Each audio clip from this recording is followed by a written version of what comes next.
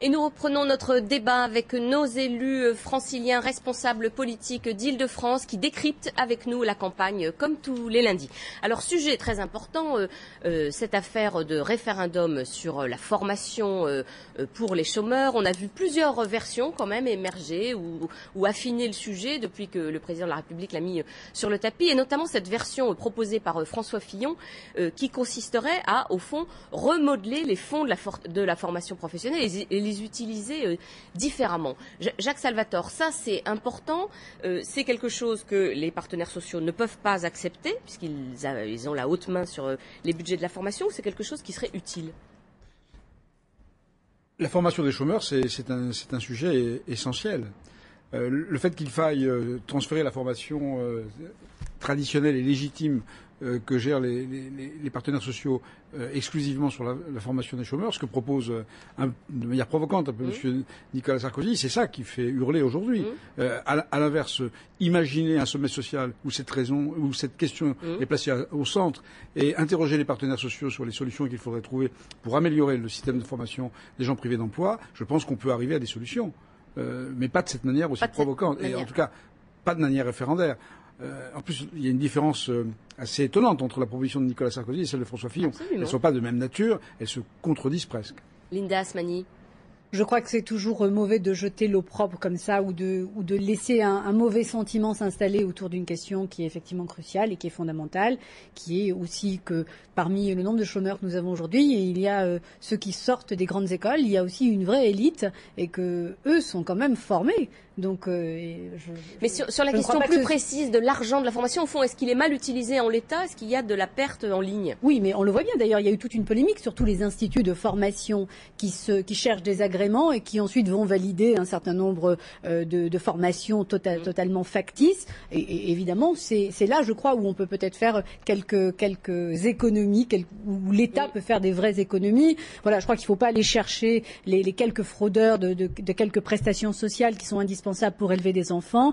Il ne faut pas toucher aux allocations familiales parce que c'est la vie des familles, c'est un droit de la famille. Et moi, je suis fondamentalement attachée, y compris quand les enfants dérapent, les parents ont des responsabilités. En revanche, sur le droit de la formation, oui, je veux bien qu'on sanctionne les patrons d'instituts de formation un peu bidons. Frédéric Valletoux. Oui, on ne va pas rentrer maintenant, ça serait trop long et trop technique sur le débat sur le fonctionnement de la formation professionnelle. On sait quand même, parce que voilà un sujet sur lequel on a accumulé tous les rapports les plus savants d'autorités, les plus sérieuses, depuis la Cour des comptes jusqu'à des rapports parlementaires, etc., sur les dysfonctionnements de la formation professionnelle.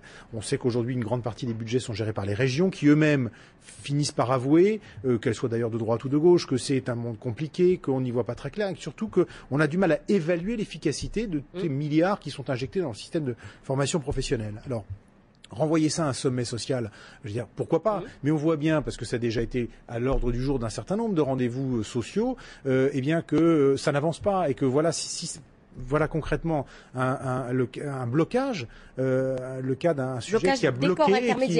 Oui, c'est ça, c'est-à-dire que les gestionnaires du système n'ont pas réussi à améliorer le système, malgré, je le disais, les nombreux rapports. Et donc il y a effectivement poser une question sur ce sujet-là, qui touche à la fois l'emploi, qui touche à la formation tout au long de la vie, qui est un droit important, fondamental, et ce qu'il faut continuer à assurer, ça me paraît un bon exemple, et ça me paraît légitime de demander aux Français, à partir de propositions qui, évidemment, aujourd'hui, on n'en est pas à rédiger le texte de la question, mais sur le principe, on en a discuté du principe, voilà un sujet sur lequel il me semble légitime de demander leur avis aux Français. Marie-Christine Arnautu. Vous savez, il s'est passé quelque chose le 14 février, outre la Saint-Valentin, qui est passé relativement inaperçu, sauf, j'espère pour vous, Monsieur Valletoux, c'est le programme et les revendications du MEDEF, à la veille de la candidature d'ailleurs de Nicolas Sarkozy. Et parmi ces propositions, il y a une revendication de Madame Parisot, outre le fait qu'elle dit avant qu'il 62 ans, c'est beaucoup trop tôt pour partir à la retraite. Il y a quand même une proposition qui est intéressante, c'est la grande réforme de la formation professionnelle, assortie, dit-elle, à à rendre dégressifs les indemnités du chômage. Et je crois que c'est ça qui est extrêmement important. C'est-à-dire, Mais c'est pas, c'est sûr, puisque Madame Parizeau n'est pas candidate aux élections présidentielles. Non, mais enfin, elle est quand même très amie avec Monsieur Sarkozy, et Monsieur Sarkozy fait beaucoup allégeance. Enfin, c'est bizarre parce qu'elles sont toutes reprises. Bah non, toutes. pas celle-là. Pas la dernière, la fin de phrase, non. Mais si, bien sûr que non. si, Bah, puisque écoutez. il faut prendre formation professionnelle, et ce qui a été dit sur justement le fait d'être obligé à la suite d'une formation professionnelle d'accepter un emploi, ou que ce soit d'ailleurs, sans parler de la. C'est la contrainte qui vous. Mais vous savez, au-delà de ça, madame, au-delà de ça, moi, l'idée de dire qu'il existerait un volant d'offres d'emploi qui n'est pas satisfait à hauteur, puisque c'est ce qui est dit, hein, c'est ce qui est sous-entendu, à hauteur du nombre de demandeurs d'emploi, c'est une arnaque. Il s'agit d'un problème de compétitivité que personne ne veut prendre en compte, que personne ne veut résoudre. Regardez le modèle allemand. Il y a 5 millions de travailleurs en Allemagne qui touchent 450 €. Le problème du coût horaire au Maghreb, en Europe de l'Est, tout le monde le sait. Ce problème-là, on ne veut pas le prendre à bras le corps. Alors, évidemment, on va faire des chômeurs, des flemmards, des boucs émissaires, et ça, franchement, c'est une grosse arnaque. Jacques Salvatore. Mais simplement, je vous disais tout à l'heure que sur le problème de l'introduction de la proportionnelle ou du nombre de députés, c'était un sujet référendaire. Celui-là me semble pas un sujet référendaire. À l'inverse, imaginez qu'on puisse organiser un Grenelle de la formation professionnelle, depuis le crédit formation jusqu'à la formation permanente. Et il y a là un vrai sujet. Et des propositions concrètes pourraient en sortir. Comme il est sorti un certain nombre de propositions concrètes des Grenelles de l'environnement. On ne peut pas quand même considérer que le bilan des Grenelles de l'environnement soit complètement réunionnant. Il y a eu des choses fortes. Donc le sommet, ça peut être une bonne. Le sommet et la procédure des Grenelles, c'est-à-dire des débats longs, inscrits dans le temps, qui permettent d'aboutir à des résultats.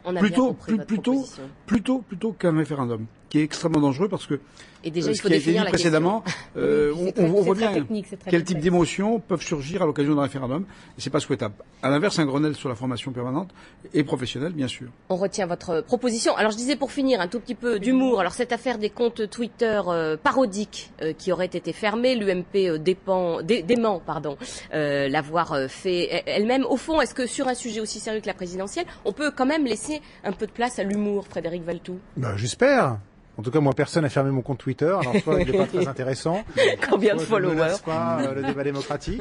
Mais ça doit être ça. En tous les cas, je connais pas cette affaire, je sais pas la réalité des choses. Mais effectivement, je pense que l'humour a sa place. Même si, effectivement, on l'a dit tout à l'heure, on est dans un contexte où, ce grand rendez-vous démocratique de la campagne, c'est quand même le moment aussi chacun met sa vérité. Tous les candidats mettent leur vérité sur la table. Vous avez vu, Frédéric Valtou, que les affiches de campagne du candidat Sarkozy sont quand même les plus. Mais ça, c'est la culture Internet. C'est vrai que les cultures Internet, c'est une culture où tout va vite. C'est-à-dire, à peine l'affiche de Sarkozy était connue, elle était détournée sur Internet. Mais tant mieux. Ça veut dire ça. Jacques Salvatore, vous aimeriez il y a une tradition française là-dessus. Celle de François Hollande soit aussi. Il y a une tradition française de la caricature. Embêtant qu'il soit Moi, pas. je suis. J'en ai vu quelques-unes pas mal, oui, Hollande. Oui, mais il y en a eu. Il inspire moins, François Hollande. Je crois que l'humour, même violente, même décriante à l'égard d'une personnalité politique, le dessert pas forcément. Rappelons-nous les guignols de l'Info et Chirac. Et puis François Hollande, Flamby dans les guignols, ça l'empêche pas d'être aujourd'hui en tête des internationales. Le bébé de et show Marine Le Pen François chez Ruquier, donc finalement était très contente de l'émission, donc l'humour aussi, même alors l'humour là, sincèrement, caustique. là je pense que l'expression de l'humour doit être totale, ça fait partie de la liberté d'expression. Pas se prendre toujours au sérieux, ça fait du bien aussi. En revanche, prendre cette élection au sérieux, ça c'est indispensable. Merci à tous. Pardon, le Enfin, mot c'est de la pas fin, parce qu'on Linda. fait des choses Oui. sérieuses qu'il faut être triste. Voilà, c'est tout. Effectivement, vive la liberté d'expression. Mais on essaiera de continuer à être Sur un drôle point de consensus. tous les lundis Vive dans la cette liberté. émission. Merci à tous. Dans quelques instants, Intégral Bourse, juste après le journal de l'économie. Et demain, on reviendra à la fois sur cette question de la formation avec des acteurs de l'Île-de-France et puis sur le plan de déplacement urbain d'Île-de-France. C'est un sujet qui nous concerne tous.